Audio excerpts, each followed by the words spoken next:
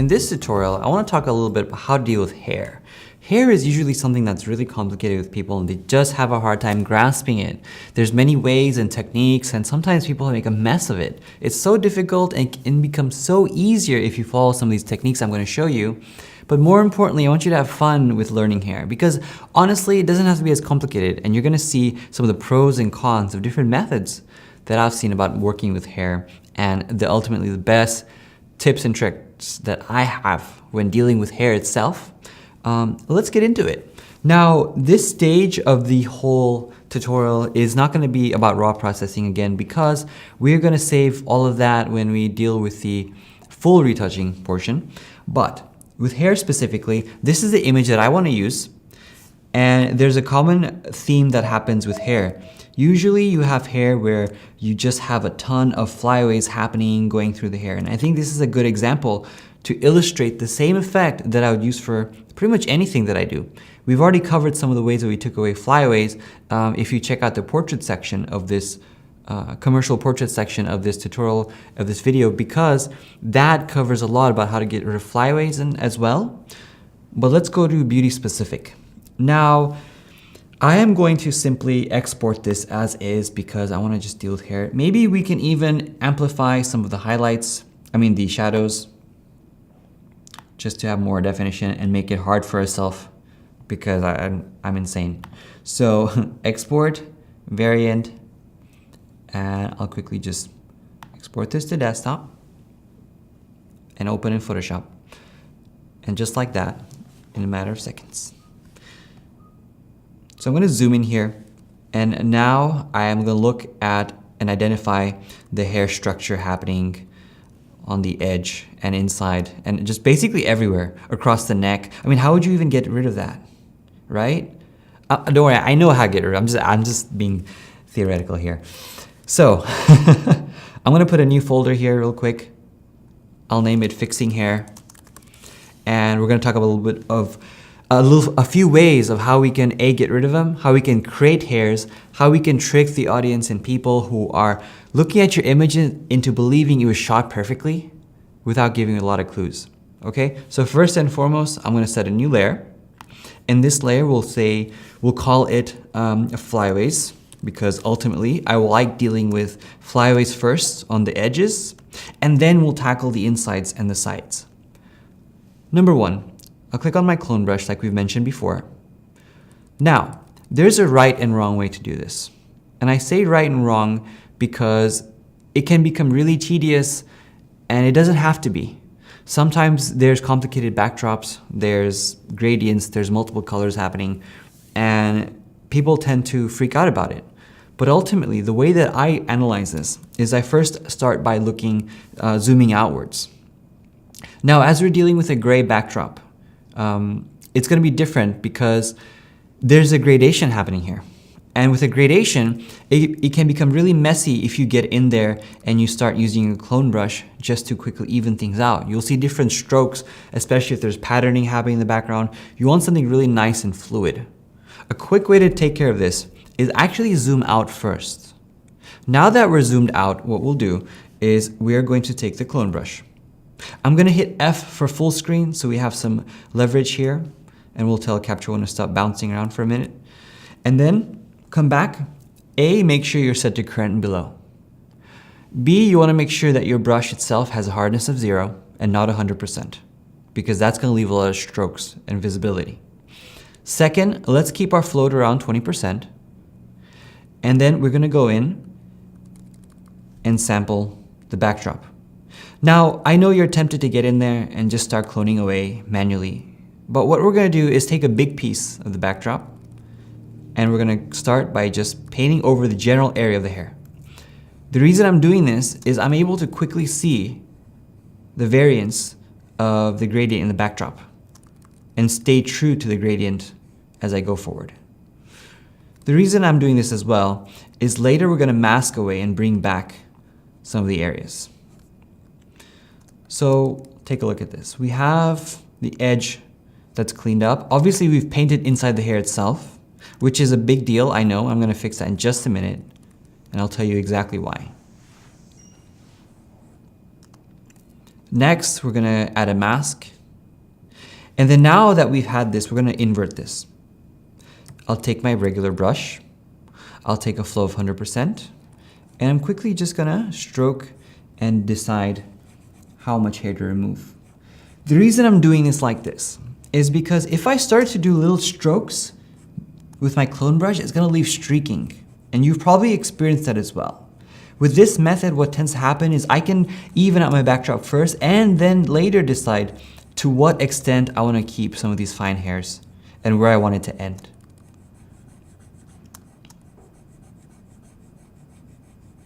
So I'll do this section over here.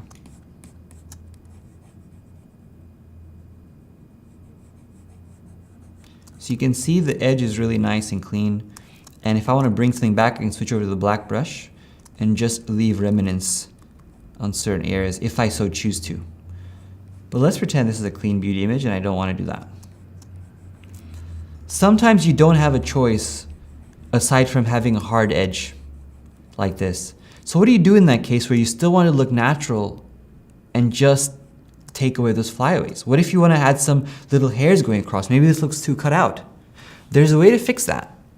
And we're going to actually draw some hairs. I'll show you how to do that as well.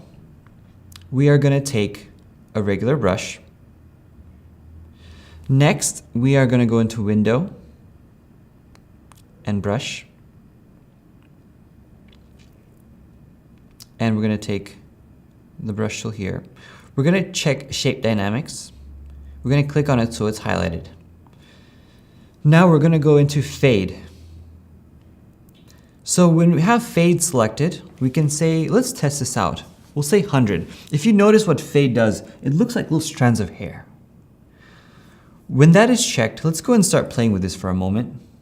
I'm going to collapse this here for a second with that little icon. I'm going to rotate this. Now I'm going to sample by using Option. Let's do a flow of 50. Let me increase that fade a little bit as well. Let's do 200 because my brush is really thin.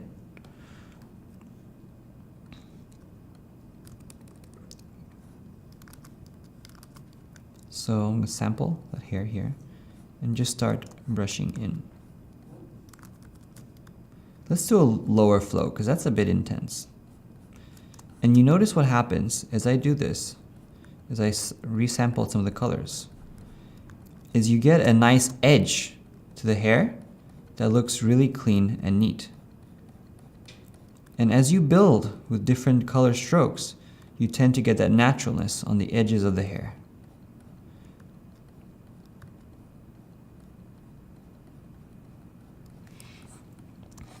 And so what that does is, even though it's very minute, and you can do it as nicely as you want, if I just bring my stroke outwards a little bit more, and I go across some of the hair area here, and you can even do it where it flips out in certain areas, like here. This is where a tablet comes really handy, where it just really just blends in nicely.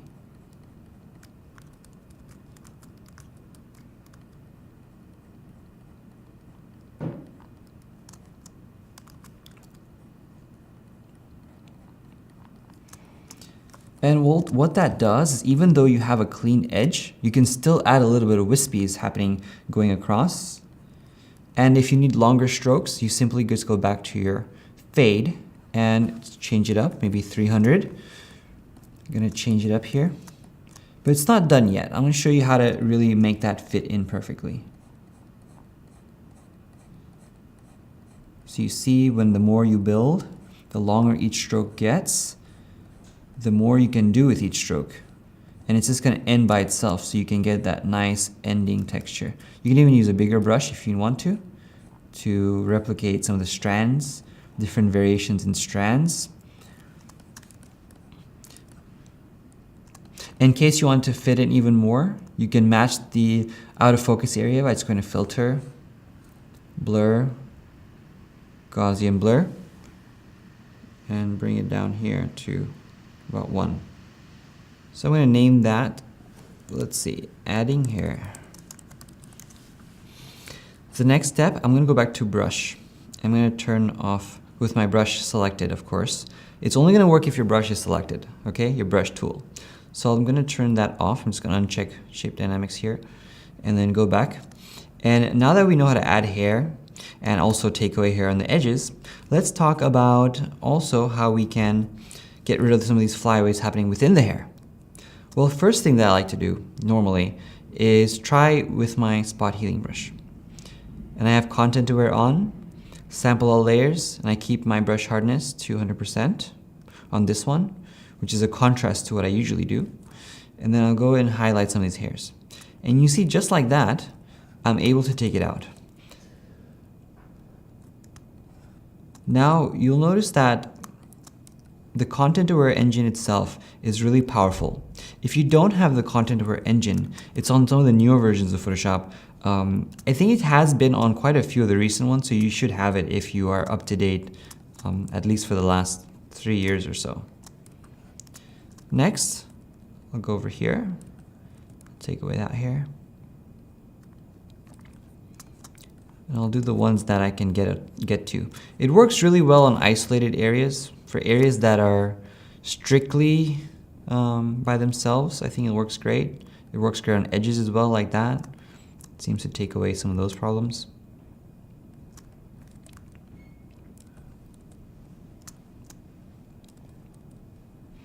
Take that out.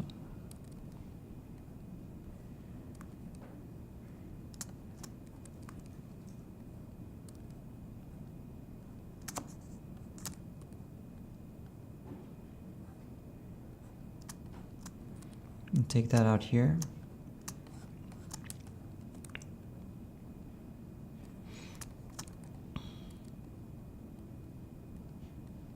Take that out there as well.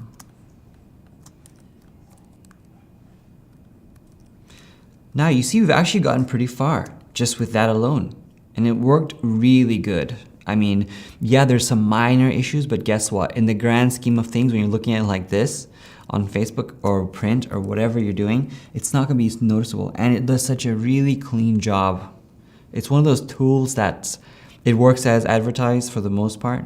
But now we have some other issues. What about little hairs like this, right? What about other ones? How else can we do this?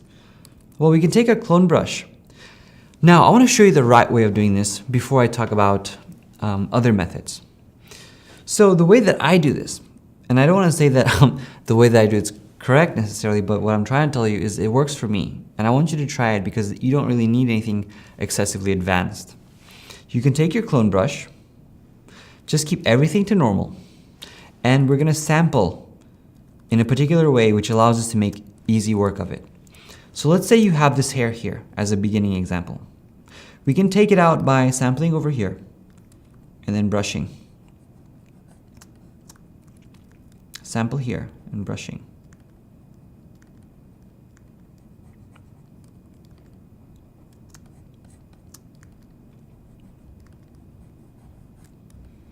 And what that does for us is it really allows us to identify what we can take out.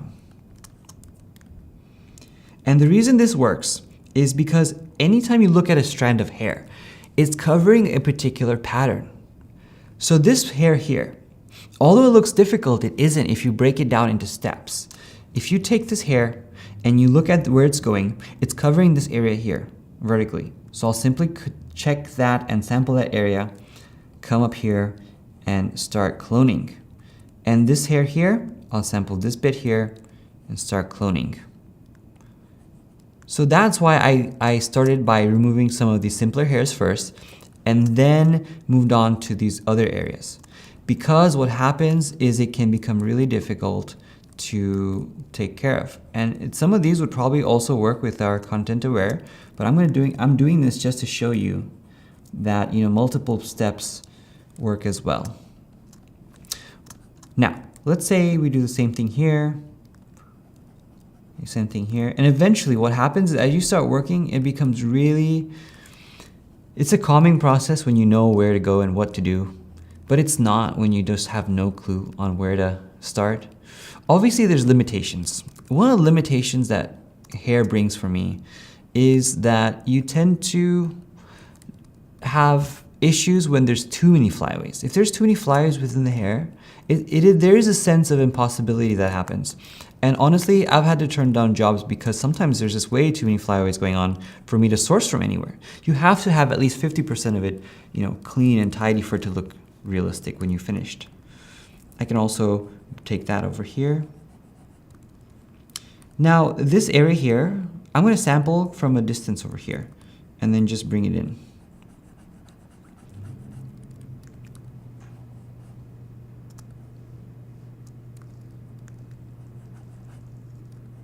And you can see that we've taken care of quite a bit of this.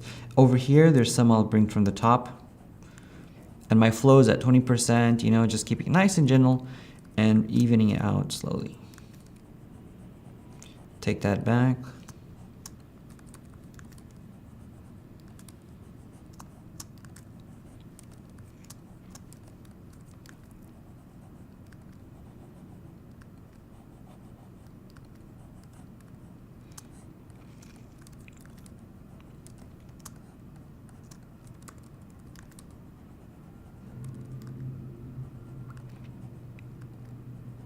I'm continuing on.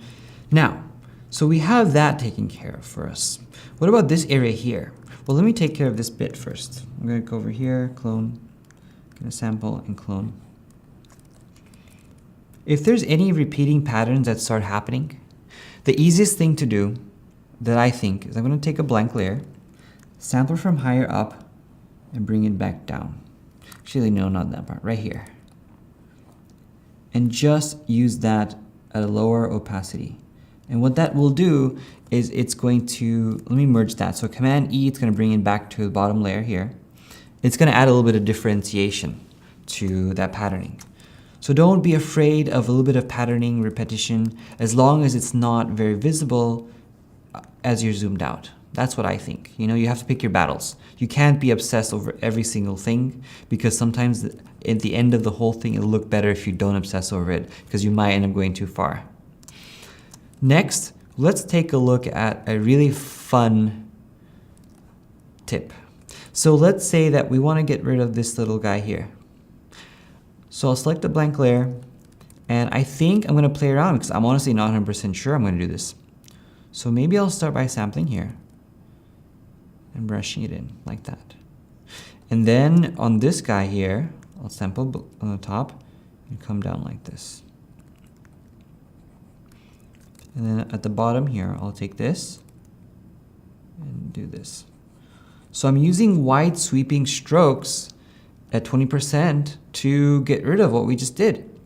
And literally within under a minute, I took care of that whole strand of hair. And in case you want some of it back, you can use your erase or a mask. I can also add some from this side, the specularity here. Now let's take it out. Command Option Z.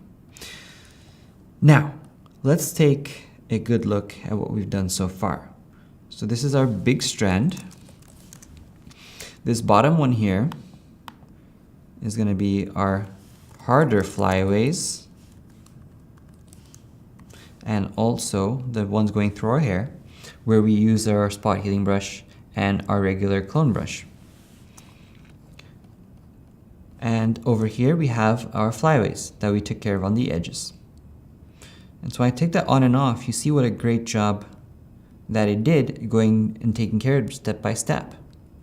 The other bonus of this whole process is you can actually add hairs as well on top of it. So if I go to brush again and enable my brush shape dynamics fade 300, I can add layering. I could just simply select some of this a color up top and just go down. But this time, let's get a flow of 10%. And like that, I can add little streaks of different colors. The reason why you might want to do this is maybe you've done a mess of a particular area and you want to cover it up.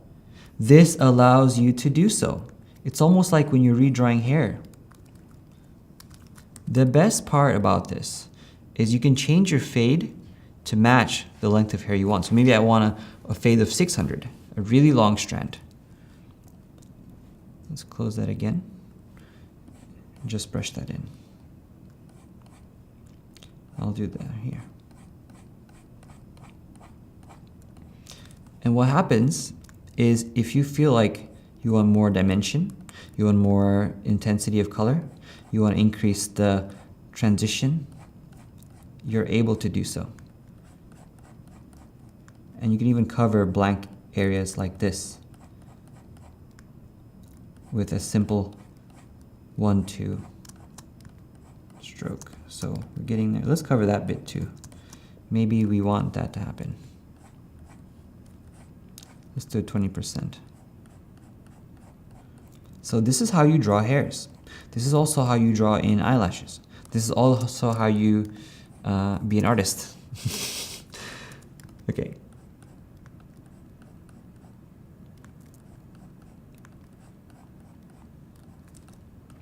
So just like that, you can see we've drawn in hairs to further emphasize that fact.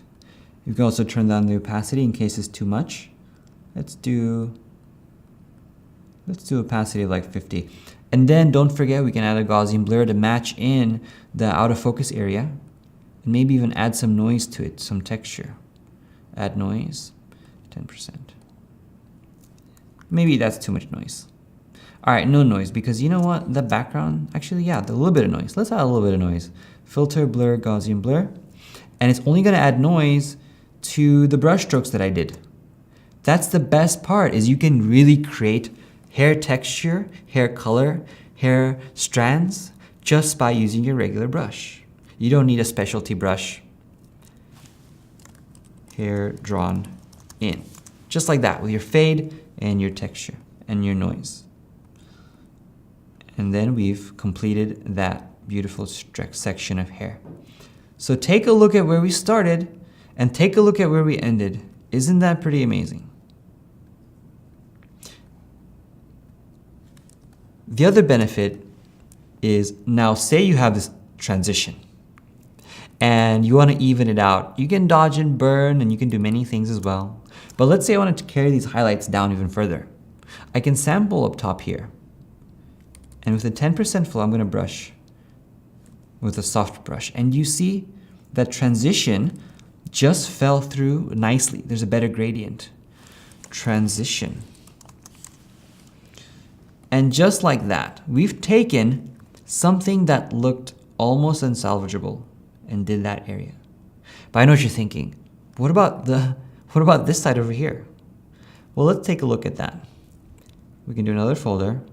We'll title it hair on neck. And then first and foremost, we'll add a new layer. Let's break this down. Okay, let's break this down so we don't get overwhelmed. The first thing that I want you to note is that we can actually cover most of this up. This is gonna be a really cool trick that you're gonna love, because this saves me so much time when I wanna get done in a hurry. First step on how to cover this area up in the black. Yeah, you could clone it, you could paint it, you could even paint in a shadow, to be honest with you. You could even do this. And guess what? That looks fine. But what about that black gap that's just right there? Well, let's delete that. First step, I'm going to create a merge visible stamp using our actions, which is a copy of everything we've done. And I'm going to call this hair gap fix. Then I'm going to go into filter and liquify.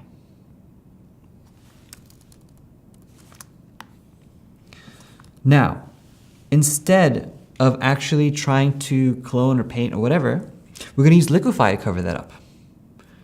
Before doing anything, click on show backdrop. Click on advanced mode if you have it as well. Now, I'm going to keep my opacity to 50%, okay? And what this will do is now when I liquify, it's going to show me where the neck ends underneath as I brush, so that I can pull this hair all the way up to that area, or close enough so there's less of a gap. If I bring this to 100 and undo and redo, you see how far the hair is being pushed, right? So let's say that I want to do even more for now. And I can see the edges of the neck on the underlying file. It's starting to touch where I'm pushing it out to. And this way I know how much to liquefy. So I'll say okay. And then now I'll select my mask, Command I, and I'm going to simply fill in that area. But I'm going to do this whole area here because I don't want any warping to happen with some of the selection. Take a look at that. We've just filled in the majority of that area. And then on this side, I can simply just bring back that bit over here. Then any remaining parts, I can simply go in. Let's take that mask again. Bring that in like this. If I want to push it even further, just go back to Filter, Liquefy, and all right, so show back, let's turn that off for now. Push that even further here.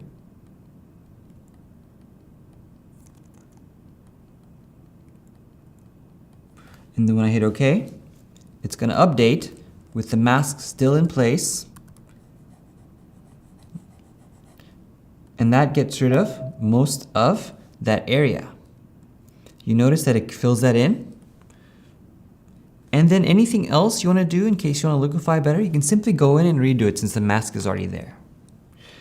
Now, what about the rest of that black area here? What about this whole area here? Well, simply we can paint it in then, because it's black. And if you want it, you can draw in hairs as well, which I'll probably do in a minute. Make sure that you turn off your fade, because that was still on, I didn't realize that. All right, there we go. Paint it black. Even this guy here, we can paint it black.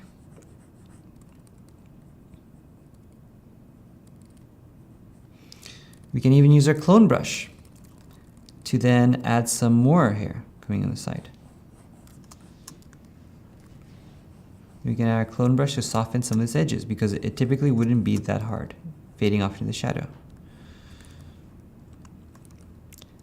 Now, what about this area here? Well, let me experiment with this. So I'm going to start by cloning a little bit more. Next, I'll select another blank layer. I'm going to take my clone brush, but this time, actually no, let's take our healing brush. And first I'm going to gently try to remove that and then remove some of these lines here.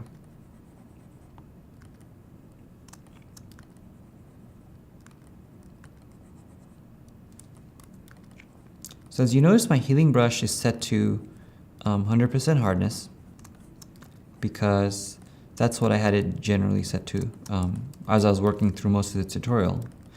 But again, experiment with different hardness amounts and see how that works. And then with this guy here, I'll try and heal that out as well. Sometimes, you know what, it's about experimenting and seeing what works and doesn't. You'll never know unless you really try and go at it. Take a clone brush again, low flow, about 10%, and just continue to add some transition here.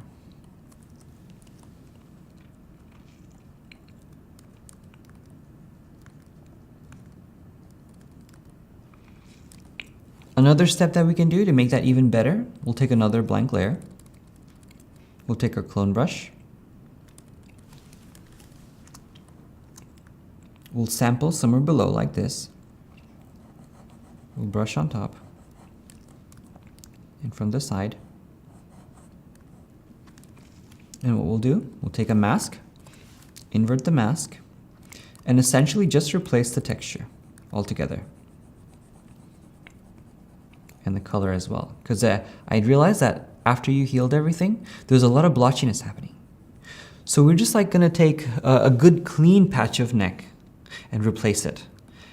Then, to replicate the shadowing that was happening, we'll simply go and use a burn layer, which is gonna be our curve, as we mentioned previously, set to about 100 on the output, with a black mask.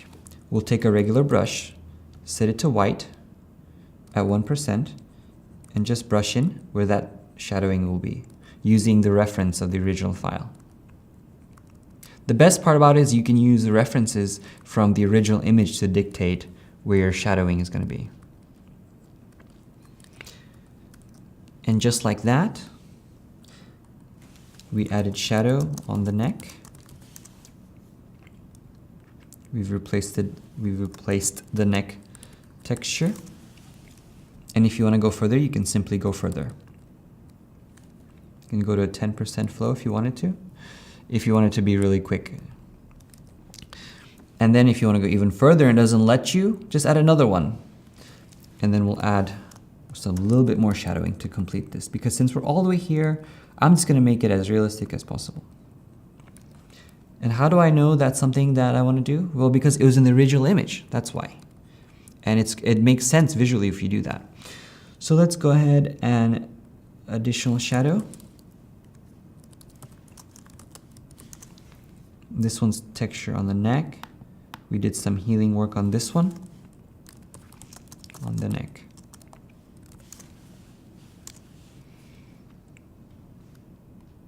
And then this one was also some of the hair on top. And again, if there's something you don't like, all you need to go to is filter, liquify, and then there's any other curves that were too abrasive, you can simply come in here. But again, make sure the pressure is set to about 5, and it'll do a great job. I'll hit OK. And there you have it. And again, if you want to add additional things, you can do so. Simply just add a layer, take a regular brush, and add hair strokes, just like we did on the right-hand side. So let me show you a before and after of what we did here. This is going to be overall an entire folder. I hold Command, click on my first and top layer, hit Command G, and just name this left hair. So we've done 3 separate areas, all within 3 different methods, to show you variable ways of fixing hair. No matter the complexity, no matter how simple it is, no matter how difficult it is, there's multiple ways of doing this by using not just a few tools, but using references from the original file, being able to analyze what needs to be fixed, and taking it step by step.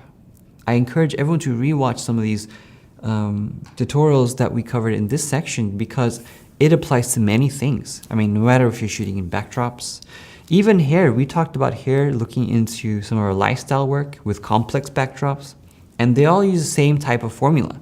Clone brush, setting at a low flow, but also knowing when and where to do it. That's the key, is seeing it. Seeing someone do it like that is really nice. So when I click on the before and after here, you see what a difference we made with the hair.